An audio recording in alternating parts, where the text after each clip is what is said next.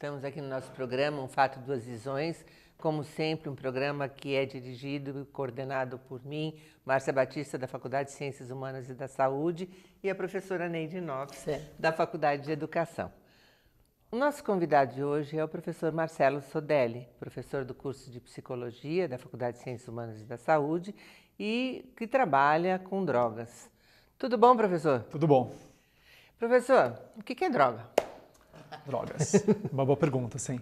Drogas é qualquer substância que altera o funcionamento do sistema nervoso central. Então, qualquer substância que causa uma alteração vai ser conhecida como uma droga psicoativa. Então, por exemplo, a Ritalina a gente pode chamar de uma droga psicoativa, embora as pessoas pensam que isso é um remédio. Eu acho que é importante então entender assim que existem drogas lícitas e drogas ilícitas.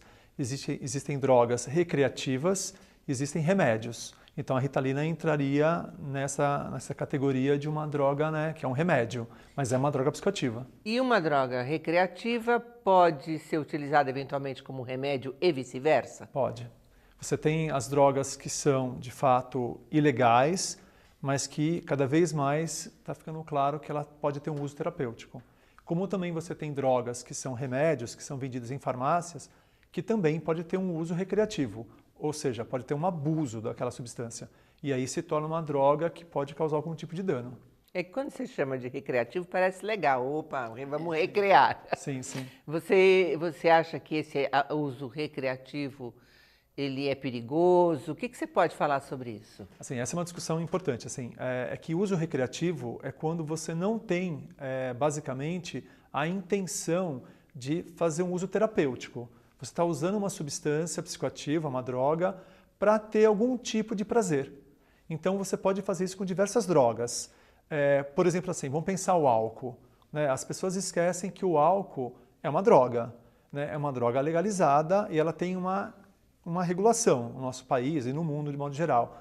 Mas ela também pode ser entendida como uma droga, né, recreativa, no sentido de que as pessoas usam para ter algum tipo de sensação. Né? Seja uma questão de relaxamento, por exemplo, ou seja uma questão de inibição. E isso, dependendo do tipo de uso que a pessoa vai tendo com o álcool, por exemplo, pode virar um problema. E a gente vai entrar na questão da dependência. Isso pode acontecer com qualquer droga, né? Tanto com drogas legais como drogas ilegais. Na verdade, a palavra droga já traz uma conotação de uma coisa não boa. Sim. Né? Então é difícil compreender que a droga remédio, Sim. é uma droga que eu preciso usar, Sim. né? Principalmente depois de uma certa idade, que tudo vira remédio, um monte de remédio. E droga, que é, por exemplo, uso social do álcool. E a droga que a gente vê que o Brasil está vivendo, né? Cocaína, heroína e não sei quantas, e, né? Cachimbo, né?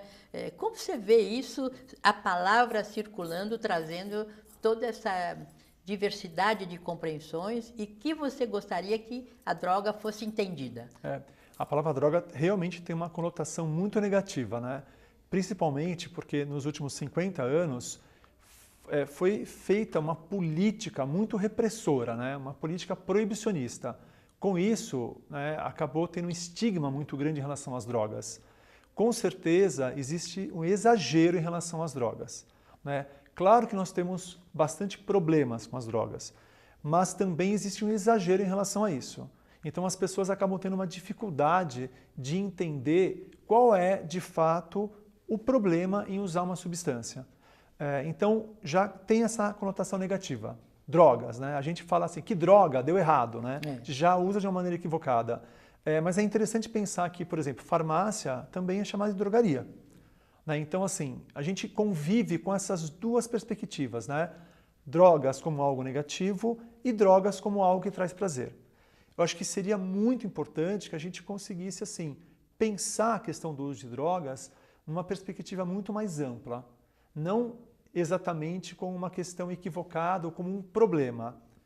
Pode se tornar um problema. Né? Quando? Então, pode se tornar um problema quando a pessoa começa a fazer um uso e começa a banalizar esse uso. Né? Quando a pessoa não consegue ter uma reflexão sobre esse uso. Basicamente, qualquer substância psicoativa, ela pode ser controlada. Né? Basicamente, qualquer substância. As pessoas de vez em quando vão pensar em relação ao crack, por exemplo, que chama de epidemia do crack. Assim. Não existe uma epidemia do crack, na verdade. Não existe essa possibilidade de acontecer. Mas as pessoas acabam olhando para a questão do crack como se fosse uma droga completamente impossível de ter controle. Isso não é verdade. A gente tem vários estudos que mostram que existem pessoas que conseguem fazer um uso controlado do crack. Com isso, eu não estou dizendo que, então, tudo bem. Né? Então, olha, vamos usar o crack. Que tudo bem. Não é isso. A gente teria que pensar por que uma pessoa opta por usar o crack. Então, aí a gente entraria numa outra perspectiva, que é a questão da vulnerabilidade. Né? O uso de uma substância é sempre no mundo.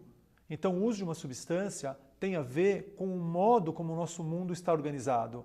Então, o crack tem a ver com uma vulnerabilidade social. Né? A pessoa que usa o crack, geralmente, está buscando uma droga barata. E justamente por ela ser barata, você acaba comprando essa substância e começa a abusar dessa substância. Qual a sua opinião? A gente tem visto uma certa violência ao lidar com as pessoas que são já, não sei se a palavra viciado está correto, o que usam constantemente e muda de lugar e tira de lá e põe para cá. E essas pessoas que eles falam parece que são mortos-vivos. Como você vê isso? Como você explica isso para nós? Sim, eu olho com muita tristeza, para ser bem sincero. Assim, né? A gente já tem conhecimento suficiente para perceber que esse tipo de ação, que eu acho que você mencionou, que foi feito, por exemplo, ali na Cracolândia, na região da Luz, essa ação recente, é uma ação completamente equivocada. Né? A questão ali tem que ser trabalhada de uma outra forma. Nós tínhamos um projeto muito mais interessante, que era chamado Braços Abertos, né, que era um projeto que foi desenvolvido na gestão anterior, que tinha um respeito muito maior em relação ao usuário de drogas, e fora isso, estava tendo resultados bastante interessantes. Né? Trabalhar essa questão é algo muito difícil, porque ali a questão não tem a ver só com a substância, tem a ver todo com o entorno, tem a ver com uma exclusão social também. Então tem que trabalhar com as duas questões. Você entrar lá com a força da polícia, com uma força repressora, não vai resolver nada. Todo mundo sabia disso. Qualquer especialista da área de drogas que seja sério tinha essa clareza. E foi o que aconteceu. Né? Eles saíram ali daquela região, foram para a Praça Princesa Isabel. Aí são expulsos de lá, vão para outro lugar. Porque eles não têm para onde ir. Essa é a verdade. Assim. Então, o trabalho tinha que ser pautado numa outra política. A política que mundialmente vem correspondendo de forma muito mais satisfatória é a política chamada de redução de danos. É uma política que respeita os direitos humanos e trabalha numa perspectiva de fazer com que cada pessoa se responsabilize pela sua vida. Então, mas aí tem uma coisa que eu acho que é importante, né? A ideia geral é de que o drogado, ele não tem nenhuma capacidade de reflexão e tampouco de cuidar de si mesmo. Sim, as então, pessoas têm essa ideia. Né? Como é que você... Então, assim, aí, Marcelo, acho que a gente tem que pensar que, de fato, você tem assim, um número diferente de pessoas que lidam com a questão das drogas de modo diferente. Com certeza, você vai encontrar num grupo de pessoas que usam, por exemplo, crack, algumas pessoas que não estão com a sua capacidade intelectual, afetiva, boa. Né? A pessoa não está em condição, de fato, de conseguir dar conta. Para esse número reduzido de pessoas, você poderia ter uma indicação de uma internação provisória. Você poderia ter esse tipo de trabalho. E o objetivo seria no cuidado dele ou da sociedade ou ambos? De ambos. Né? Primeiro, um cuidado em relação a ele mesmo, para ele ganhar de novo uma certa autonomia. Mas isso seria a minoria. A grande maioria das pessoas que estão ali, elas têm condição de dar conta de si mesmo. O que elas precisam é de uma ajuda. Né? Elas precisam de um projeto de vida. Né? É interessante pensar a questão das drogas ligado à própria vida. Raramente o problema é a droga. Né? Eu tenho um paciente que falou exatamente essa questão assim. Quando ele está usando drogas, ele só tem um problema, que é a substância. Quando ele não está usando aquela substância, ele tem 1000 problemas. E ele não consegue lidar com 1000 problemas. Então, vocês percebem? Quando a gente tira a substância da pessoa, o que vem é uma infinidade de problemas que ela não dá conta. Então, por isso que ela precisa de um apoio. Né? A pessoa que, por exemplo, que está na rua, uma situação de rua, usando o crack, a questão dela não é exatamente o crack, a questão é tudo. Quais são os problemas que levaram ela Tudo. a usar É a isso vida. como é a vida dela que está em jogo, né? Então você precisa dar um mínimo de condição para aquela pessoa, para que daí ela consiga fazer um projeto de vida. Então, Vocês mas entendem? as pessoas falam muito assim, fulano tem uma família constituída, teve todas as oportunidades do mundo, né? A gente deu melhor escola, e aí ela se drogou pelas más amizades. Sim, existe essa fala também. É. Né? Ou ele não dá valor ao que ele tem e é por isso que ele se droga. Como é que você vê isso? Então, isso que é importante a gente perceber. A questão do uso de drogas atravessa qualquer classe social. Né? O uso de drogas não tem a ver unicamente com as pessoas que têm uma dificuldade financeira, basicamente. Tem a ver com um projeto de vida. Uma pessoa que tem a parte material completamente preservada, né, que tem, né, assim, riqueza, isso não garante que ela tenha um projeto de vida. Né? Muitas vezes até o contrário. Né? Quando a pessoa tem tudo, parece que a vida meio que se perde, porque perde o sentido de ir atrás das coisas. Então, por isso que é importante pensar a questão do uso de drogas a partir dessas possibilidades de vulnerabilidade. Vulnerabilidade atravessa qualquer existência humana. Então, você só garantir para uma pessoa a questão material não garante que ela vai ter uma vida boa, uma vida que ela tenha sentido para ela. Né? Quando eu falo, por exemplo, em relação às pessoas que estão lá na rua, é um tipo de vulnerabilidade. As pessoas que estão aqui nos jardins, por exemplo, né, numa vida material suficiente, isso não garante que está tudo bem também. Então, o uso de drogas, ele atravessa qualquer existência, porque nós temos que cuidar da nossa existência. E cuidar da vida é algo muito difícil. E aí que entra a questão do uso, porque a substância psicoativa, as drogas, ela muitas vezes alivia o sofrimento que nós temos. Muitas vezes ela amplia a compreensão que nós temos da vida. E por isso então que ela atinge basicamente qualquer pessoa. Fico pensando que seria um grande projeto educacional, né?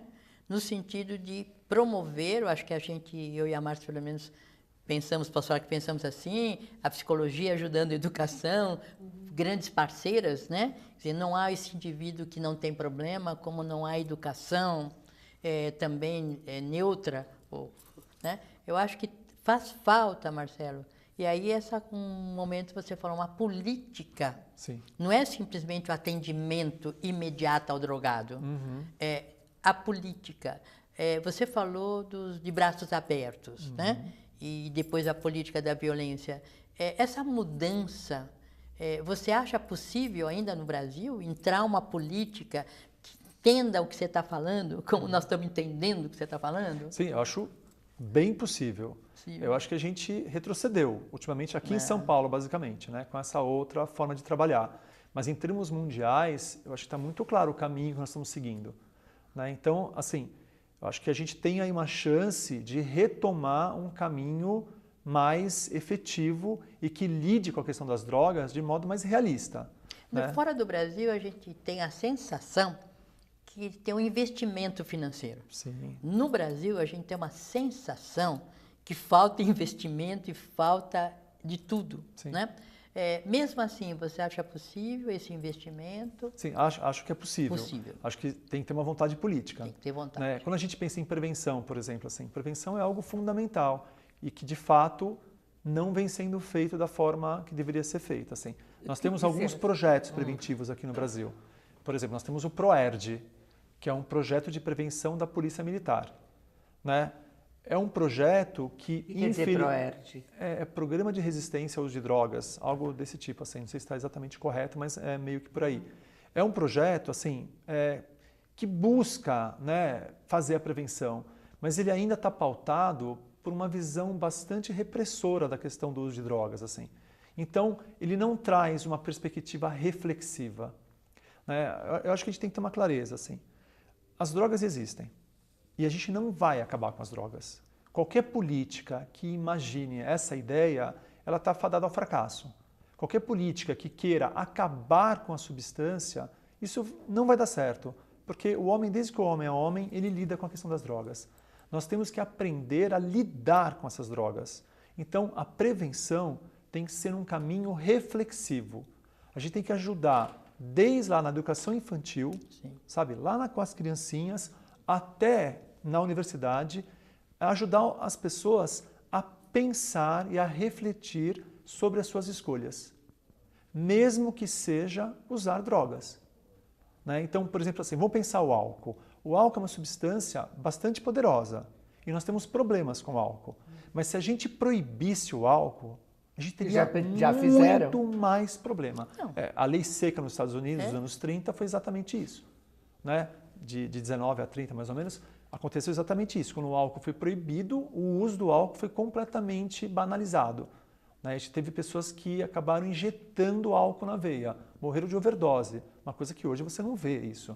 Então, a proibição, ela gera mais problemas. Pensando nessa questão da proibição e da prevenção, como você entende a posição da família, dos pais nessa questão?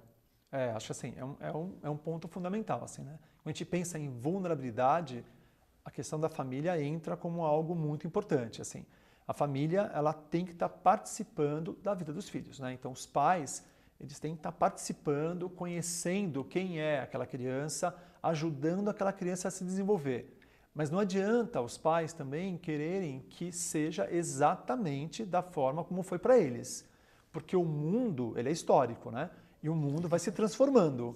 Então, o que era na minha época, da minha juventude, lá há um tempão atrás, já não é mais. Então, eu tenho que conseguir acompanhar os meus filhos e conseguir ajudar para que eles consigam pensar sobre o mundo, pensar sobre a própria vida, pensar sobre os outros, pensar sobre o que ele quer. É esse o papel da família. Né? Ajudar a se desenvolver e ganhar esse sentido de autonomia. Então, você falando me lembra assim, muitas famílias, para poder reduzir na linha da prevenção, contam histórias tristes. Sim. Histórias tristes, trágicas. Ou vão às vias, de fato, proíbem, mandam fazer exame de urina. Tal. Você está lembrando que a família tem que usar outro jeito. Exatamente. Não esse.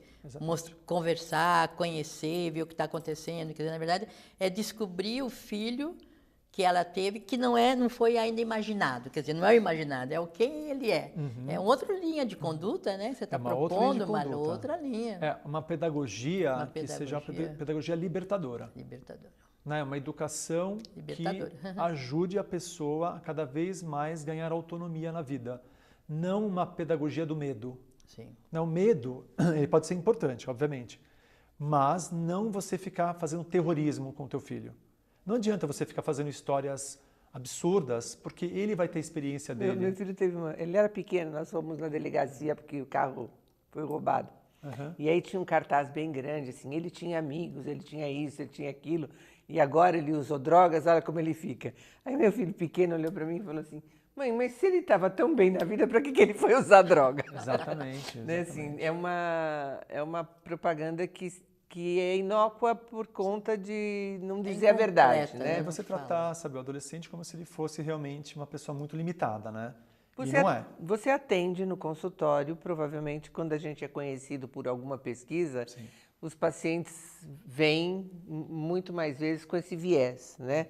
O que você costuma fazer com os pais que vêm com essas crianças ou que estão vivendo com usuários de droga, ou que têm amigos que usam, ou que estão usando? Então, acho que é uma pergunta bem importante assim, porque mesmo com essa visão, digamos assim, mais aberta em relação às drogas, claro que existem problemas, né? Só que a gente tem que conseguir identificar quando de fato está acontecendo um problema ou quando não está acontecendo um problema, né? Muitos pais têm a ideia de que assim, não é para usar drogas. Né? Então, vai lá, busca o consultório, busca um atendimento clínico para fazer o filho não usar drogas. Eu não trabalho assim, tem muita gente que não trabalha assim. Por que a gente não trabalha assim? Porque não resolve. Se você faz um acordo com o adolescente, você não vai usar uma droga, talvez isso ele minta para você. Ele fala, tá bom, e passe durante os próximos 2 anos não te contando que estava usando. Né? Já tem vários casos assim. Então, o que eu faço? Eu chamo os pais, converso com uma forma como eu trabalho e geralmente oriento esses pais para um outro colega, para um outro psicólogo que vai trabalhar essas angústias. E aí eu vou trabalhar com esse adolescente o que está acontecendo, para que ele consiga compreender os riscos que ele está correndo, né? Claro que, de modo ideal, quanto mais tarde for esse uso, é melhor. Eu não tenho dúvida sobre isso, assim, né? É um pouco o que acontece com o álcool, por exemplo, né? Um jovem só poderia usar álcool com 18 anos. Não é o que acontece no nosso mundo. A gente sabe aí que tem, sei lá, a neurociência para explicar os possíveis danos. Mas também a gente tem que tomar um certo cuidado. Quando a gente começa a exigir algumas coisas de uma forma completamente equivocada, você pode ainda piorar o problema. Porque daí ele vai esconder. E aí, escondido, você não tem acesso ao que está acontecendo. Então, é um trabalho bastante delicado, assim, Marcia, de você conseguir fazer os pais entenderem algumas coisas e tentar ajudar esse adolescente a se compreender, né? Que tipo de uso que ele está fazendo, por que ele está usando, que sentido isso tem, né? Então, você tenta ajudar a ampliar a compreensão do próprio existir. Acho que a educação tem muito que contribuir, né, Marcelo? Desde cedo, mostrando essa família. Eu costumo dizer que as famílias da educação infantil, elas estão ávidas de participar. Sim. E os filhos vão crescendo, vão dando um pouco mais de problema, aí eles ficam tentados a falar, se vira assim, autônomos, vocês são autônomos, vocês agora têm que se auto-administrar, né? E as drogas vão entrando nessas brechas que a família vai dando, que a própria educação vai dando, que o professor vai dando. Acho que seria mesmo uma política até mais ampla do que a própria droga, né? Sim, sim. Quer dizer, um trabalho educacional, porque o que você está falando é eminentemente focado na droga, mas é uma proposta do sujeito ser gente, né? Sim, ser pessoa humana, formarmos pessoas humanizadas, pessoas que possam sobreviver na sociedade complexa, sobreviver nesse monte de tecnologia, de aproximação da globalização, sem, de repente, eu me responsabilizar pelo mundo também, né? Eu acho bem importante o que você falou, assim, né? Pensar que é um processo, né? Um processo. A educação começa lá com o bebê, né? Não tem Como jeito. que você lida, por exemplo, em relação à frustração. Né? Acho que é importante você conseguir ensinar o teu filho a lidar com frustração. Né? A gente sabe que o mundo não é um lugar, né, assim, um mar de rosas. É um lugar que a gente vai ter que lidar com dificuldades, vai ter que conseguir ter uma certa força. Isso acontece lá na educação infantil e vai crescendo, né? É interessante perceber que o uso da substância, por exemplo, assim, o primeiro uso geralmente se dá ali na adolescência e na pré-adolescência. É curioso, né? E aí é muito fácil de entender isso. É geralmente um momento onde um jovem está começando a ganhar uma certa liberdade. É o momento que ele está numa festa, ele olha para o lado e não tem nenhum adulto mais. Porque até então ele estava naquelas festas de criança, que está cheio de adultos, e não tem nada ali, né? Mas quando ele começa a alcançar ali os seus 12, 13, 14 anos, começa a ter uma liberdade. E aí, para alguns pais, essa sua fala é: pai, você tem que ficar na festa. Então, e não é isso, é o contrário, é trabalhar essa autonomia com uma passagem, né? Acho que o exemplo que eu dou no consultório geralmente é assim: como que um adolescente começa a ir sozinho para a escola? Em que momento que ele vai sair de casa, sabe, abrir o portão e chegar na escola? Você não faz assim, agora você vai. Você faz todo um processo para que ele ganhe essa autonomia. Então, mas você está falando duas coisas importantes. Uma é a tolerância à frustração, que não é, de fato, algo que os pais ultimamente suportam. Sim, pelo contrário, né? Pela culpa acaba... E a outra que é a possibilidade de que essa criança possa ir para a escola sozinha. Tá aí outra coisa que criança nenhuma faz, porque ela não pode ir nem para a faculdade. A gente vê aqui o trânsito na porta da faculdade, os pais parando para trazer os filhos, né? Como é que você acha que isso tem interferido no uso maior ou menor de drogas na cidade? Assim, para mim é muito claro que a gente tem que criar algumas habilidades, né? A gente tem que se desenvolver para lidar com tudo que existe no mundo. Então, se frustrar é uma coisa muito importante, né? Aprender a lidar com a frustração é uma coisa muito importante.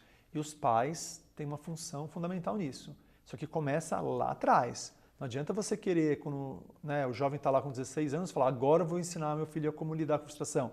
Não, é lá atrás, quando tem 3 anos, quando você não vai dar aquilo que ele quer, porque não é a hora. né? Que você não vai abrir uma exceção a todo momento, que já não abre, não é mais exceção, que você abre tanto, né? Então, a educação é lá atrás, né? Você começa a formar essa pessoa, ela lidar com essa angústia muito antes. Então, só fazer um parênteses, que nós estamos falando de um pai sim. que tem consciência, né? Sim. E nós estamos falando de um pai que precisa ser formado também. Sim. Como ele lida com a sua frustração, como ele lida com a sua droga. Eu ia entrar na questão da culpa, nesse ponto, né? Da Pensando culpa, numa sociedade onde o trabalho ganha cada vez mais horizontes, onde as pessoas trabalham e só trabalham, é onde ficam os filhos. E aí, como você consegue lidar com os filhos é uma coisa importante, porque quando você se sente em falta, você acaba exagerando em algumas coisas. Então, olha que sociedade nós vamos criando, né?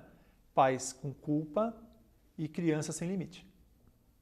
Né? Você vê, é um terreno muito fértil para um uso abusivo de substância. Eu queria que você pudesse ver assim, o que a gente não falou, ou que você tem vontade de falar, para deixar para os nossos ouvintes. Tá, assim, eu acho que talvez a coisa mais importante assim, ainda é buscar informação. Eu acho, agora vamos usar, né, essa ferramenta que nós temos, que é a internet, um uso mais, digamos, seguro, assim, né? Buscar informação. Não adianta a gente fazer igual a avestruz, colocar a cabeça no buraco e achar que está tudo bem, sabe? Não, eu acho que os pais, os adolescentes, a sociedade em geral, deveria discutir mais essa questão abertamente. Né? Aproveitar, por exemplo, isso que aconteceu agora na Cracolândia e repensar isso. Repensar o que são as drogas, repensar o que a gente pode fazer para ter uma convivência com esse fenômeno de uma forma mais segura. Isso é possível? Isso não é possível? A gente precisa ver os outros países, o que está acontecendo, né? Ver os Estados Unidos, assim, é um país que tem uma história muito proibicionista, só que a gente está vendo uma tendência agora a ir mais para uma outra área, uma área muito mais libertadora. Né? Alguns estados estão regulamentando o uso da maconha. Então, eu acho que é importante a gente pensar isso. Nosso vizinho aqui, o Chile, né, o Uruguai, mudou a política dele de drogas. Nós temos que pensar isso. Pensar que vai ser os governantes, não vai ser. É a sociedade. Isso aí, nossa obrigação. Obrigada, professor Marcelo. Espero que a gente possa conversar mais uma outra oportunidade. Tá. Também. Gostei muito. Eu agradeço. Parabéns.